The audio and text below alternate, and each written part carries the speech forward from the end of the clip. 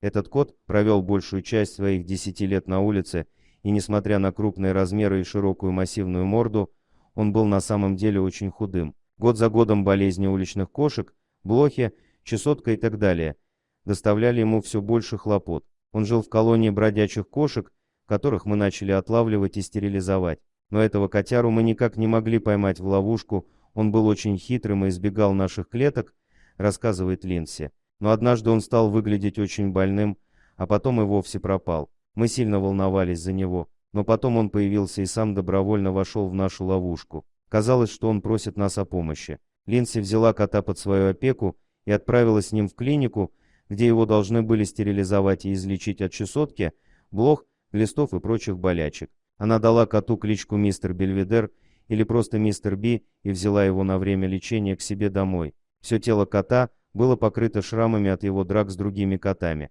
В течение нескольких последующих недель Мистер Би, который скорее всего был настоящим альфа-котом, в своей группе кошек из-за своих крупных размеров, получил в том числе лекарства от чесотки и ушной инфекции. Также у него удалили несколько плохих зубов.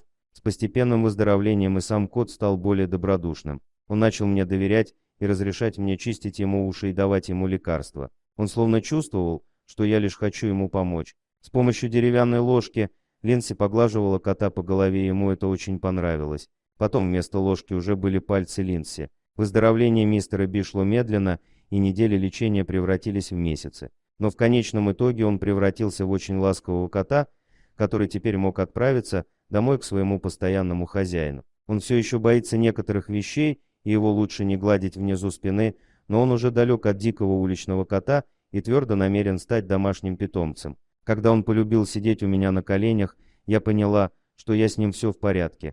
По словам ветеринаров, коту не менее 10-12 лет, то есть он уже очень возрастной. Но даже если ему осталось всего несколько лет жизни, Линдси знает, что он проведет их в комфорте и в тепле. Вскоре для кота нашелся хозяин, им стала ветеринар Дженна де Кристофара из Северной Каролины. Она увидела снимки мистера Би в интернете и сразу же влюбилась в кота.